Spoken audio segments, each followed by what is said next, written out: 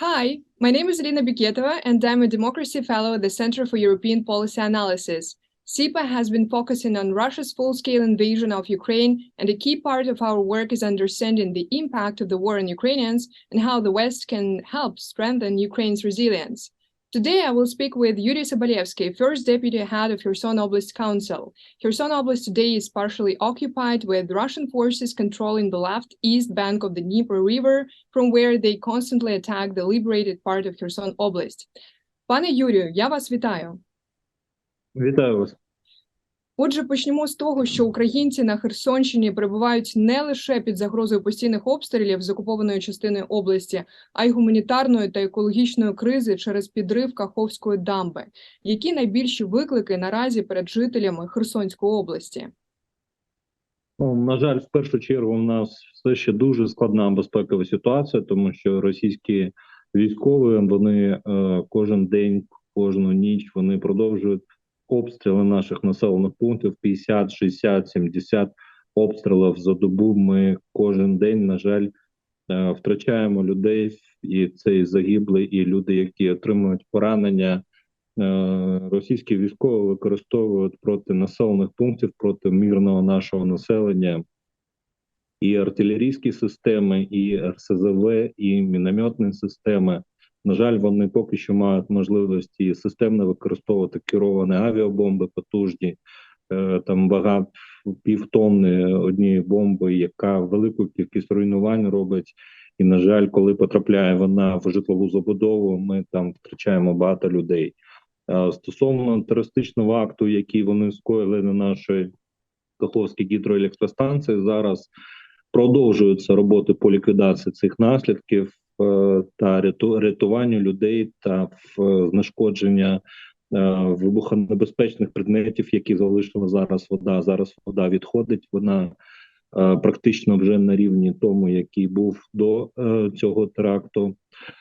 Але, на жаль, все ще декілька населених пунктів є частково підтоплені, ще сотні будинків частково там є вода, і там ще немає доступу у працівників комунальних служб, тому що спочатку працюють вибухотехніки, потім правоохоронці, і тільки після цього допускають екологів та комунальні служби та рятувальників для того, щоб вони відкачували воду, вивозили біологічні відходи, які залишила вода, і вже робили відновлені роботи в цих приміщеннях на цих територіях.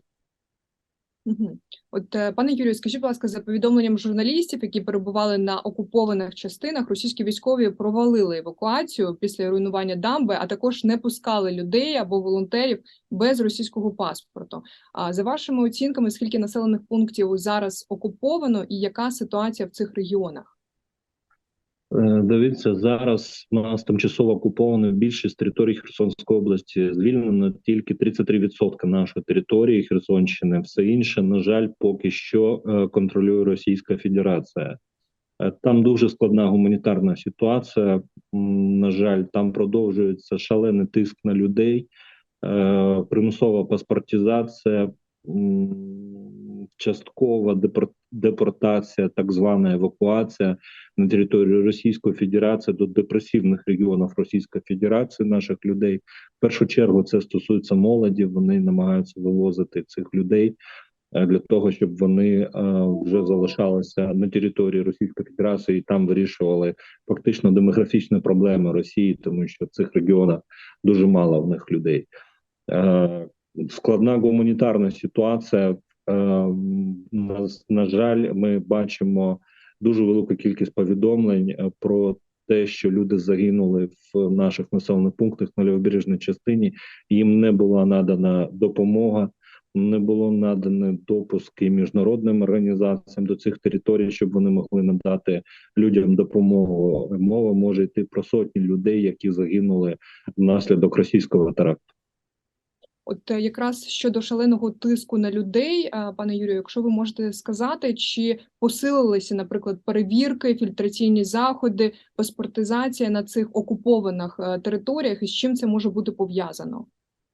Фільтраційні заходи вони посилили, вони боялися, що може бути інфільтрація наших, скажімо так, представників спеціальних служб або ЗСУ на територію лівобережної частини, що могли наші розвідчики, диверсійні групи заходити під час підтоплення цих населених пунктів.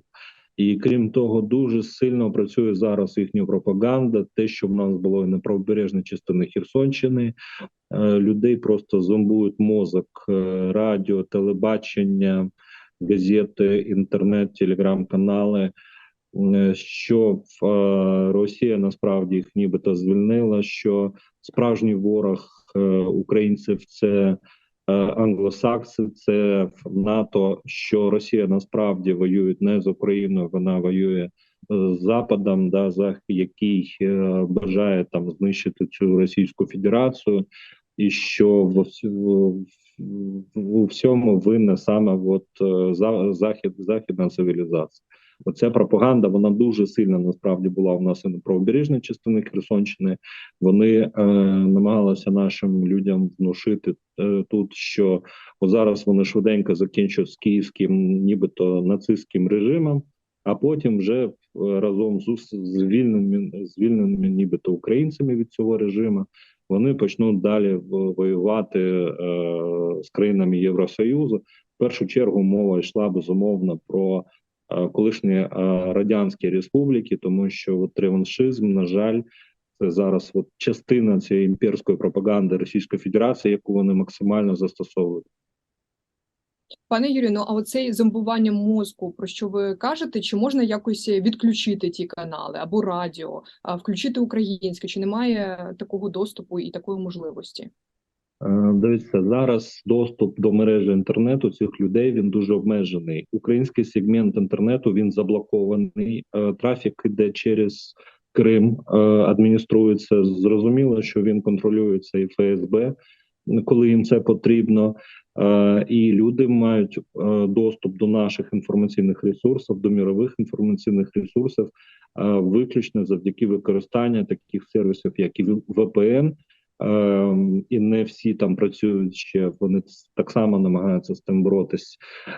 Але є проблема в тому, що під час перевірок фільтраційних, якщо у людини в смартфоні буде виявлено, що в цієї людини є VPN-сервіс встановлений, то це вже може бути підставою для того, щоб людину затримали, відправили на повну перевірку, підключили вже смартфон до відповідного там софту і відновили все файли, які на ньому були. А якщо там в особистому навіть листуванні буде з'ясовано, що ця людина є патріотом України, що вона симпатизує ЗСУ та ненавидить окупаційні війська, то це арешт і звинувачення в екстремізмі та інші негативні наслідки. Тому люди дуже залякані насправді там.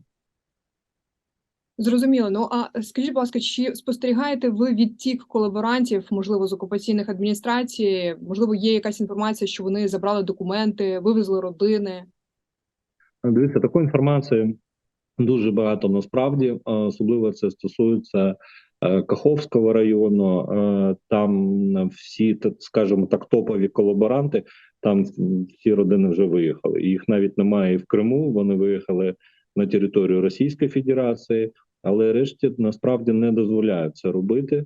Так само і як, знаєте, от коли вони намагаються організувати переведення на відповідні посади до Російської Федерації, їм так само у більшості відмовляють, тому що ці зрадники, вони потрібні саме зараз і саме на Херсонщині. Вони не потрібні в Російській Федерації, тому що от ці зрадники, вони потрібні для картинки, що нібито окупаційна влада, вона складається саме з херсонців. Ну, насправді це не так.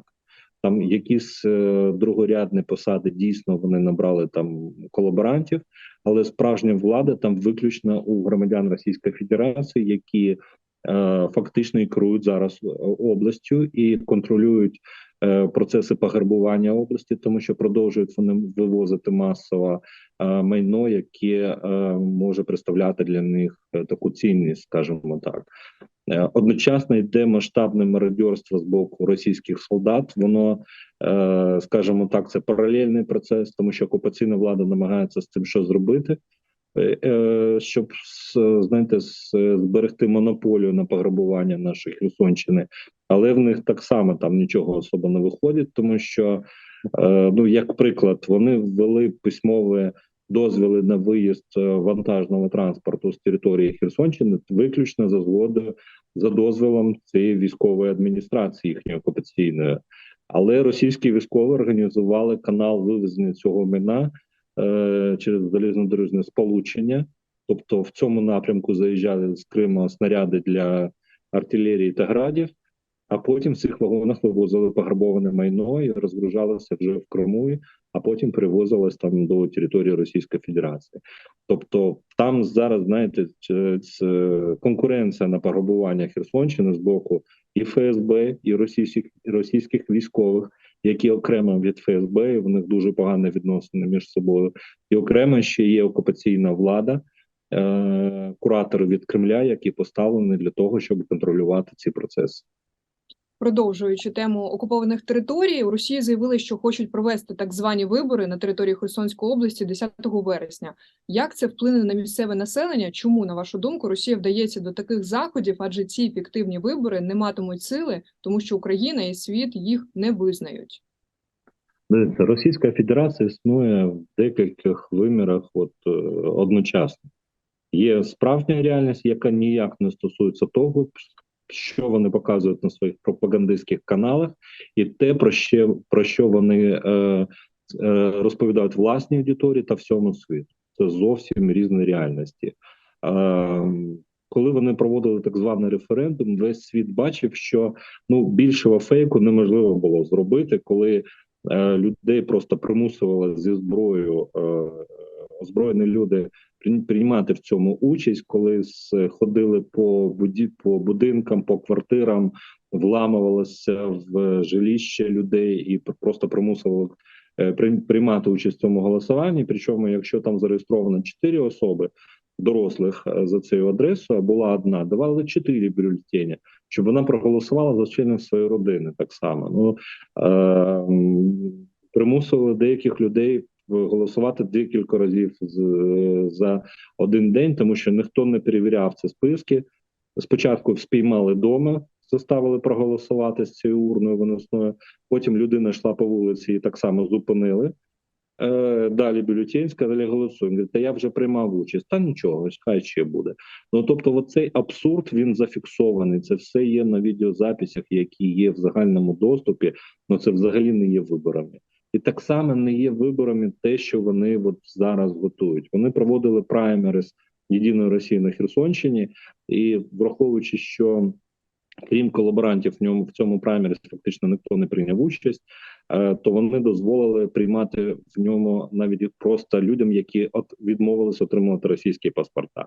Тобто люди, які не мають російського громадянства навіть в розумінні самої Росії, але вони приймали участь у праймері з політичної партії Російської Федерації, і все це відбувалось на території України, тому що це наша територія. Такий абсурд, на жаль, це те, що зараз є в Російській Федерації, те, що вона намагається робити проєкцію на наші окуповані території. Вони в Херсоні навіть в день, коли вони готувалися, вже їхні війська відходили під ударами ЗСУ, вони вже залишали цю територію, але в цей самий день вони вішали плакати, бікборди «Росія тут навсегда». Це те, що потрібно знати про Російську Федерацію. Почули, пане Юрію, і ще декілька запитань останніх. Яка обстановка на правобережжі? Чи є вже попередні оцінки довгострокових наслідків, які загрожують регіони? Як можуть допомогти міжнародні організації та союзники?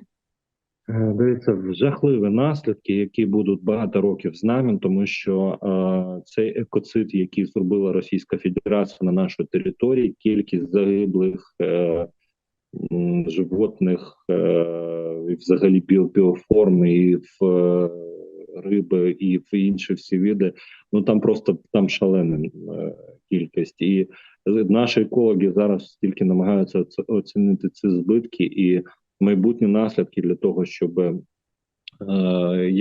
наскільки це можливо мінімізувати вплив на довкілля цього теракту, це ще в процесі, скажімо так. Зрозуміло, що мова йде про мільярдні збитки, багатомільярдні збитки, тому що скажімо так, масштаби руйнувань і пошкодження майна внаслідок цього теракту, воно дуже велике. А які наслідки будуть для нашої сільськогосподарської сфери, дуже важко зараз порахувати, тому що вся наша іригаційна система, вона залежала від рівня води в Каховському водосховищі. Це зараз знищено, і дуже важко навіть підрахувати зараз, скільки буде коштувати відновлення цієї греблі і скільки часу займе потім наповнення водосховища, тому що це так само не відбудеться зразу, як тільки після закінчення будівельних робіт.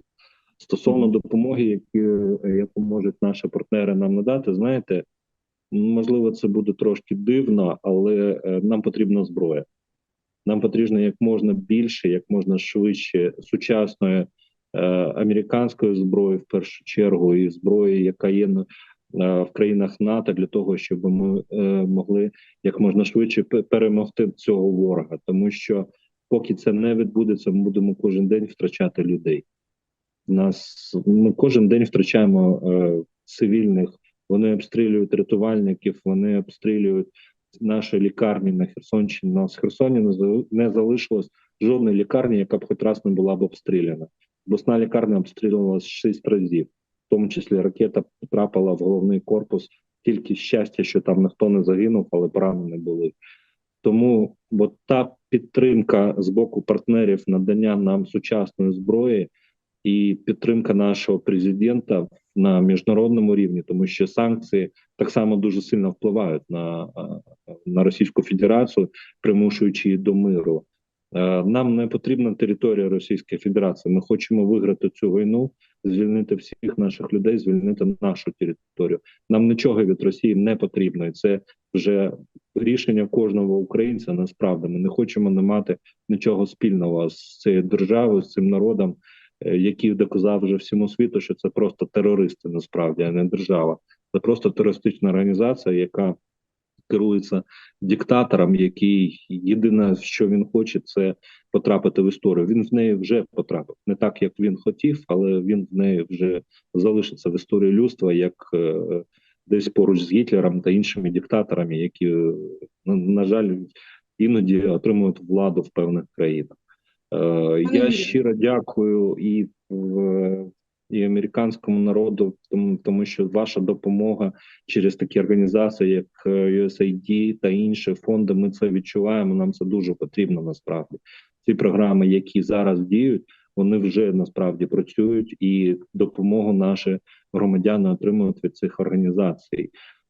Я сподіваюся, що як можна швидше це все закінчиться, ми зможемо далі разом розвиватися вже як, знаєте, єдина система, як дійсно братські народи, не те, що, знаєте, вони там казали, що вони братський народ не вбиває дітей, не розстрілює лікарні і не захоплює території. Це зовсім інша історія. Тому їхня пропаганда, яку ми не використовували, вона вже не працює. 100%. Знаєте, краще ліки від симпатії до руського світу – це російська окупація. І ми через це вже пройшли.